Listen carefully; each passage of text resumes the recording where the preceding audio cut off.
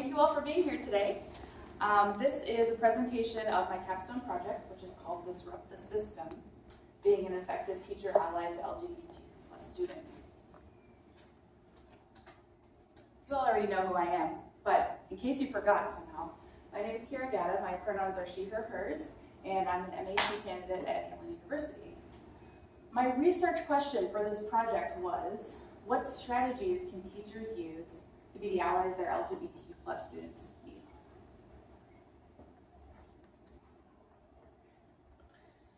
The reason I chose this basically is because it's so needed.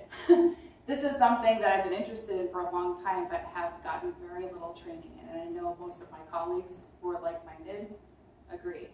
Right now especially, we have a divisive political climate, and voices such as hate groups have become validated, have become part of the national conversation and have been given credence. And so I think it's especially important right now because that divisiveness is reflected in our schools and our classrooms.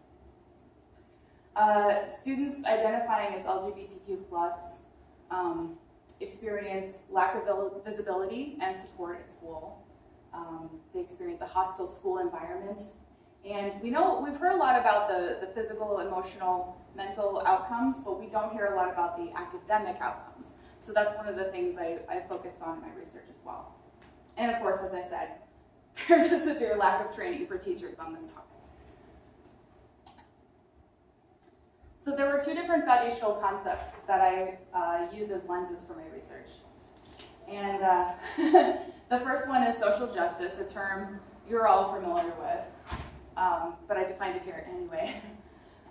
Social justice focuses on equity in society and attempts to reform institutions that are inherently unfair or biased, such as schools, and also involved enhancing and restoring fairness for disadvantaged groups, such as students identifying as LGBTQ+.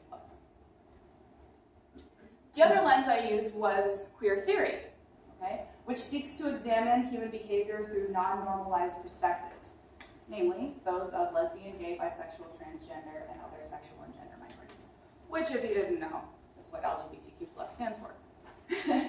I would have defined that at the beginning, but everybody here already knows what that means. So, in its verb form, to queer is to disrupt the static concept of identity, to expose limits and push past them. So why? If we're all familiar with social justice already, why do we also need queer theory just for this group? Well, I'll tell you. It's because our schools are cis-heteronormative, meaning they center cisgender and heterosexual identities. Cisgender meaning identifying as the same gender you were assigned at birth, and heterosexual meaning heterosexual. So because these identities are centered, LGBTQ+ students and teachers are marginalized. The majority of teachers are cis-het. So we enjoy invisible privilege every day.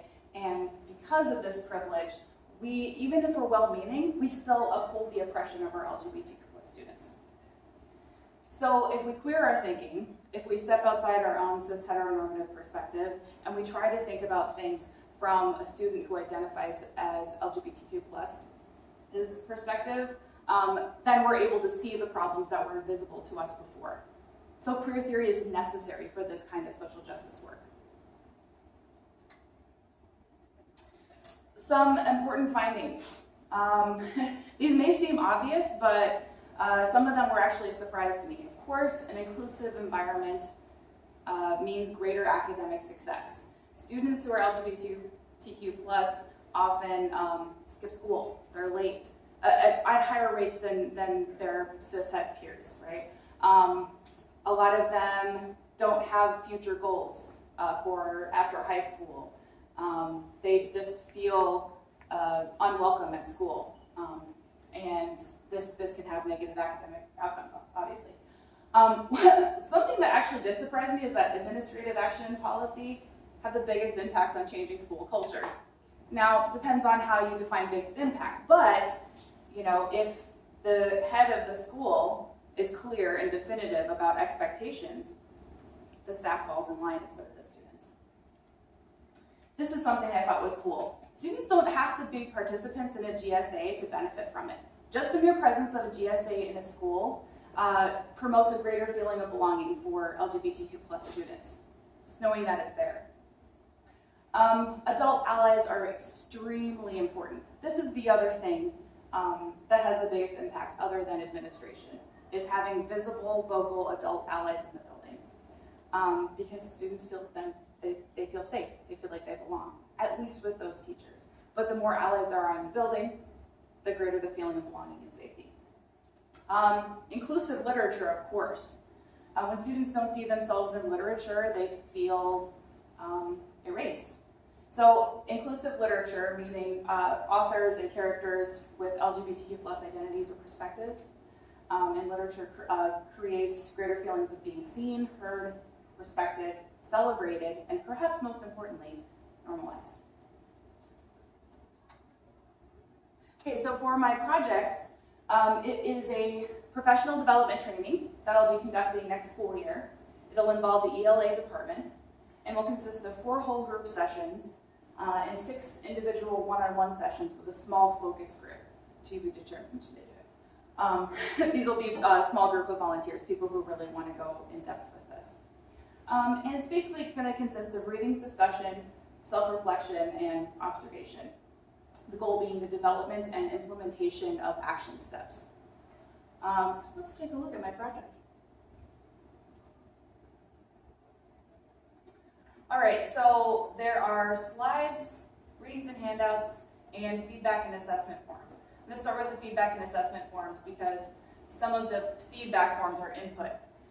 Basically, I have student input forms on asking about their experiences in school, and I have feedback and input forms both for students who identify as LGBTQ+, and for students who identify as allies.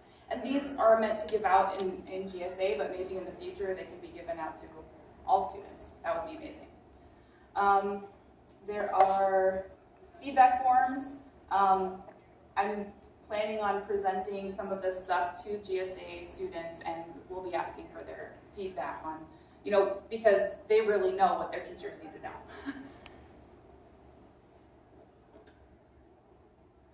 Teacher input form, this is going to be something that I'm going to send out to teachers before the start of the school year. Teachers in the ELA department, asking them, okay, what are your biggest concerns with this topic? What do you need to know? What kind of support do you need?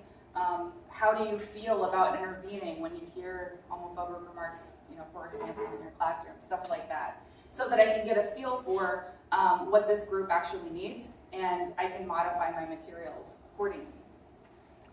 There's also the same kind of feedback form that the students had for each presentation. And teacher reflection forms are important. Teachers are going to develop action steps, and I'm going to have them reflect. They're going to fill out a form for me, and they're going to keep a reflection journal for themselves. And I'll talk more about that in a minute. And then the small group, the focus group, when I meet with them, we'll have a topic for the meeting. We'll talk about their action steps, reflecting on that, their observations in their classroom, possible next action steps, and we'll come up with a concrete action step goal for the next meeting.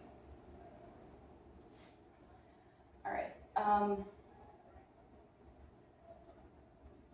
So the readings and handouts, I chose 3 different articles for the group to read beforehand, and so that we will have material to discuss.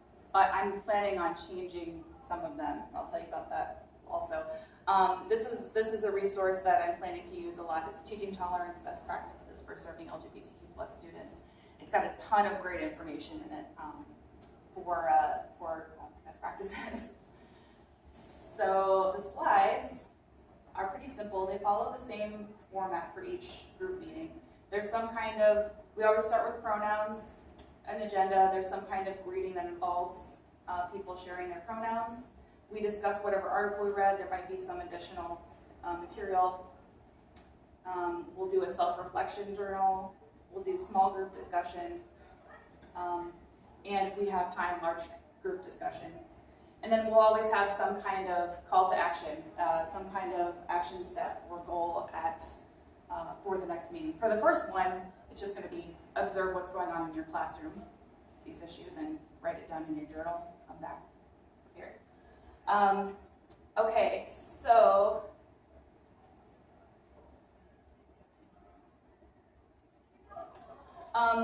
main takeaways from this project. Change has to be personal. It has to be personal to be systemic, basically. Effective and lasting change involves ongoing learning, action, reflection, collaboration, and accountability. LGBTQ+ students are not victims simply by virtue of identifying as LGBTQ+, and we need to stop seeing them as such.